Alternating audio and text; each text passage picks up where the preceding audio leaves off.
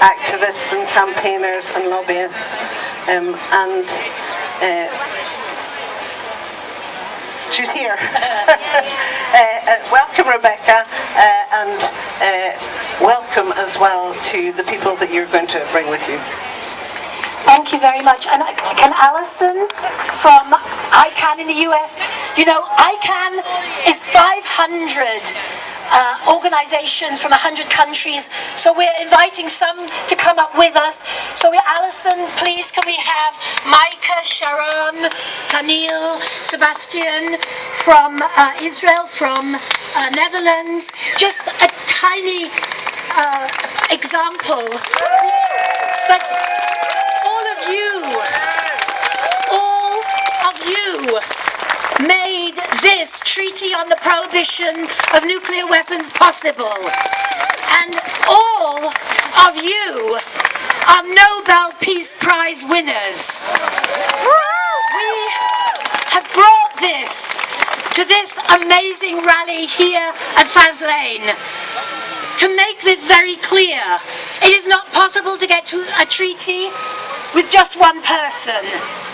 So the Nobel Peace Prize is about all of the people who worked so hard to get this treaty and who need to continue to give us hope and some more resources and perhaps a bigger megaphone, bigger microphone to get the job done. So let me tell you very quickly before I hand on to others to speak. So this treaty, the Nuclear Ban Treaty, this prohibits the threat, the use of threat of nuclear weapons, and all those activities like deployment, testing, the stationing of the nuclear weapons, the Trident and all those other nuclear weapons in the 9 nuclear-armed countries, all of those activities that would make it possible for any country to acquire, to produce, to have, and potentially to use nuclear weapons. These are prohibited. It requires the total elimination of nuclear weapons and provides 2 pathways by which countries like the UK and Israel, the US, Russia, all of them.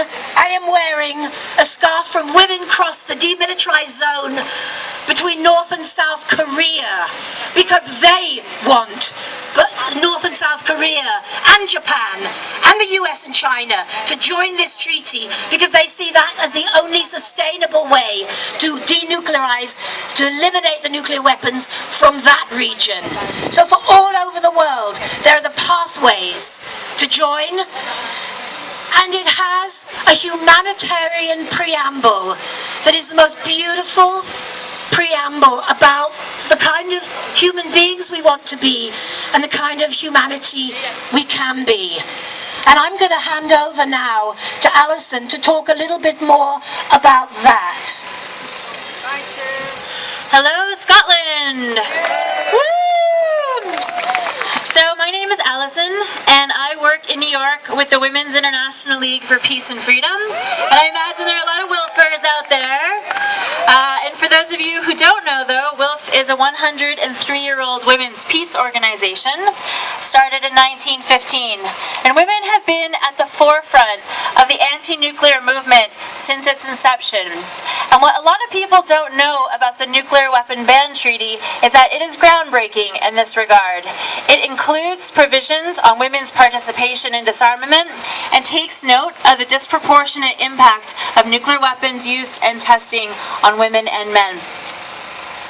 And if you want to learn more about that, we're having an event tomorrow night on feminism and the bomb. And I know that WILF UK is also organizing a seminar on this later in the fall. But I also wanted to say that I live and work in New York and spend the majority of my time in windowless conference rooms. And so when Janet invited me to come out here, it was an immediate yes in my mind. Because for years I've been hearing about the really awesome activism that you're doing here in Scotland, and I wanted to come and see it firsthand. And it's been so impressive and so heartwarming and so inspiring. And I just want to say, please keep it up. Everything that you've been doing with the convoys, with the legislation, with the protests here, it's seen around the world. Other activists know about it, and it's heard in the UN and in New York too. So please don't stop what you're doing and keep going. And now we'd like to introduce Maaike, who's come all the way from the Netherlands to talk about some of the amazing things they're doing and that they need your help and our help to do. Thanks, Rebecca. So my name is Maaike, I'm from the Netherlands, as is Sebastian, who's on the far side there. And we're here really in solidarity with the people of Scotland. We're in a very similar position where a large majority of the Dutch population does not want the nuclear weapons that are stationed in our country to be there. They want our country to sign the Treaty on the Prohibition of Nuclear Weapons. But the government is not necessarily listening and is keeping the nuclear weapons there. So we can feel very in solidarity with you here today, and we're really happy to be able to support your campaign. So PAX is part of ICAN, and together with ICAN we lead the divestment campaign Don't Bank on the Bomb. And there are some amazing Scottish Don't Bank on the Bomb protesters as well here today. You may have seen the really great banner. Yay! So as part of this campaign, we list the private companies that still produce nuclear weapons, including British companies that are involved in the maintenance of Trident. And we are asking all banks and pension funds, maybe including your own pension fund or your own insurance company, to stop investing in those companies and thereby to put pressure and to stop the production of nuclear weapons. And actually, investing in nuclear weapon producers is also prohibited under the new TPNW, so the new Prohibition Treaty. And it's a really great way that we can also put pressure on the nuclear weapons states that have not joined the treaty yet.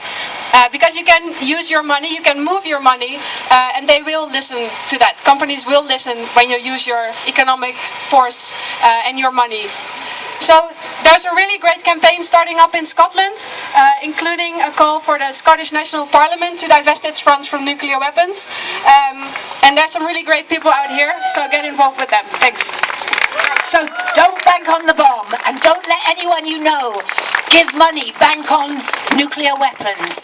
And now I'd like to turn to Sharon, who's from one of the 9 nuclear-armed states, Israel, and was one of the first campaigners also to be joining the team with ICAN. And she's going to talk about the initiatives that they're doing in that country where you're not even supposed to talk about it. Thank you, Rebecca. Hi, everybody. First, I'm from the Israeli Disarmament Movement, a huge fan of the Scottish campaign. Some of you might know, but I guess the majority not, that the Scottish campaign is the biggest supporter. And the Scottish campaign has adopted the Israeli Disarmament Movement and our work towards a weapons of mass destruction free zone in the Middle East, which we are about to achieve right after you'll resume your Yes campaign and get these weapons out of here. I had a meeting with those people I very immaturely call the baddies in Israel. They invited me to get to know me better. And one of the first things they said was, don't you realize Israel will be the last to get rid of its nuclear weapons? And I said, no, that's France. So guys, we already know who's the last state, but we already know who's the first state, and that's the UK, and that's thanks to you. Finish with it fast. Come and help us over. Good luck. So, from all of us, from those ban the bomb marches, we've banned the bomb, now sign the treaty. From Faslane 365 to the treaty, and now we have to make it implemented. Thank you so much for all of your work. Thank you for what you're going to do to make this happen, for this great welcome, and we hope to be campaigning with you until we eliminate all the nuclear weapons from all of our countries. Thank you.